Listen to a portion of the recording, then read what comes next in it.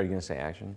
Hi, this is Mike from thesubstream.com, and this is Watch This Instead for the weekend, the 26th of May, 2011. And I want to talk about, The Hangover 2, because that's the movie that's coming out today. But to do that, I'm going to talk about The Hangover. And I don't know if that seems like weird or a cop-out to be talking about the first version of a sequel, which seems really obvious, but it's the only way to talk about why The Hangover 2 is a bad movie. When you make a sequel, you're taking a shortcut. It's a shortcut that we as an audience allow you to take, usually because we enjoyed your original movie so much that we say, okay, we're willing to come into this movie with a whole bunch of your work already done for you in exchange for a further adventure with these characters that we happen to like. However, when you do take that shortcut, you also open yourself up to a new realm of criticism, and that's comparisons to the film that you previously made. And people may think that's unfair, and they say, well, The Hangover 2 is its own movie. It's not the same movie as the first one. It's a different thing, and to compare the two is unfair, but it's not unfair, because Todd Phillips, the director, is taking a massive shortcut in making the sequel,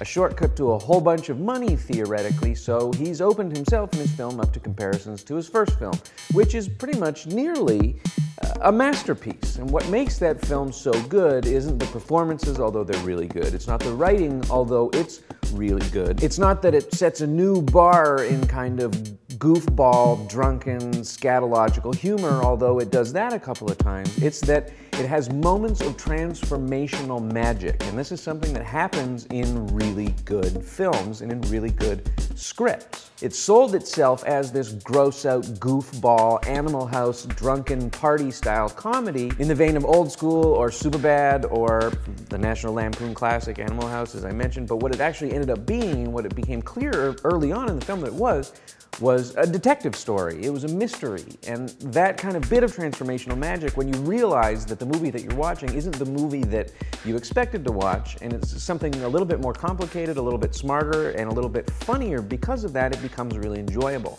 It also has scenes of this transformational magic. There's a scene in the first one when they realize they need some money, so Zach Galifianakis' character, who is a complete idiot in both films, transforms into a Rain Man-esque genius. And there's a bit of creative filmmaking with some overlaid graphics of mathematical variables flying by, and it's a bit of nice, slick little creative filmmaking, and it's a nice, interesting bit of subverting your expectations about an idiot character. The sequel has none of that. All of that transformational magic where a film becomes something better and more that you didn't expect. All of that subversion of expectation where you think, okay, this is going to play out this, and it goes in another direction. That's completely absent from Todd Phillips' sequel. The characters are exactly the same.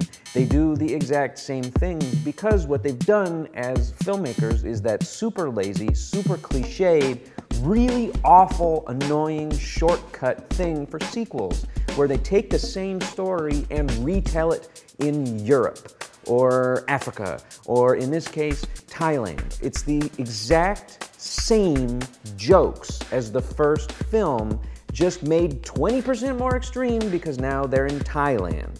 Instead of getting beaten up, they get shot. Instead of a baby, it's a monkey in a jacket. Instead of alcohol, it's drugs. It doesn't work. It's not funny. We've seen it before. Specifically this, not just a version of it. It's not just uncreative in that it's like other films. We've literally seen this film, the story, the actors, the characters before. And when we saw it the first time, it was magical because we didn't expect it, and it was full of creativity and passion. This one is just an excuse to make money. So what should you watch instead?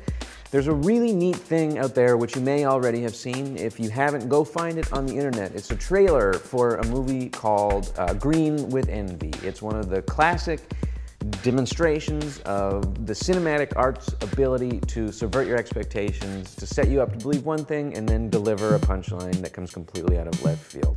It's 40 seconds long or a minute long or something like that, and it's got so much more joy and happiness in it than all 100 and whatever minutes of the Hangover sequel, which is just dull.